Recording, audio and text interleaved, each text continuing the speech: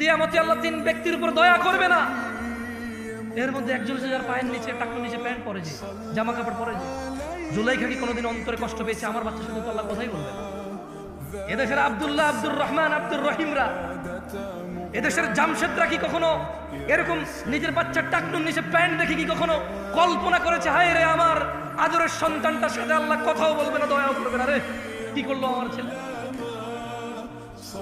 এই দেশের জামশেদরা, আব্দুল্লাহরা, আব্দুর রহমানরা, এই দেশের আব্দুল করিমরা কখনো কি নিজের ছেলেটা ফজরে ঘুমিয়ে আছে ভেবেছে যে আমার বাচ্চাটা মারা গেলে জাহান্নামে চলে যাবে সলাতের হেফাজতকারী না বলে? কোনোদিন কি কল্পনা করেছে এই দেশের আব্দুল করিমরা? বলেছে? বলেন তো। ইসলাম তাহলে ওর কাছে কতটুকু পরিচিত?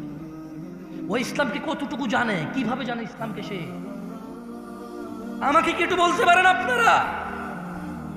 যে দেশের ভ্যান ড্রাইভার, রিক্সা ড্রাইভাররা সারা দিন কষ্ট করে 800 টাকার জন্য, অথচ ফজরের 2 রাকাত সুন্নাত দুনিয়াতে যা আছে এর চাইতে বেশি, সে ফজরের 2 রাকাতে যায় না 800 টাকার পিছনে।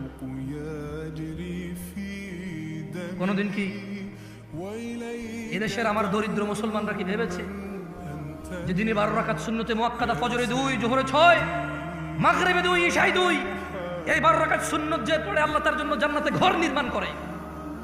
কয়জন নিয়েছে বেনিফিট? কতজন ইসলামে এটা বুকে লালন?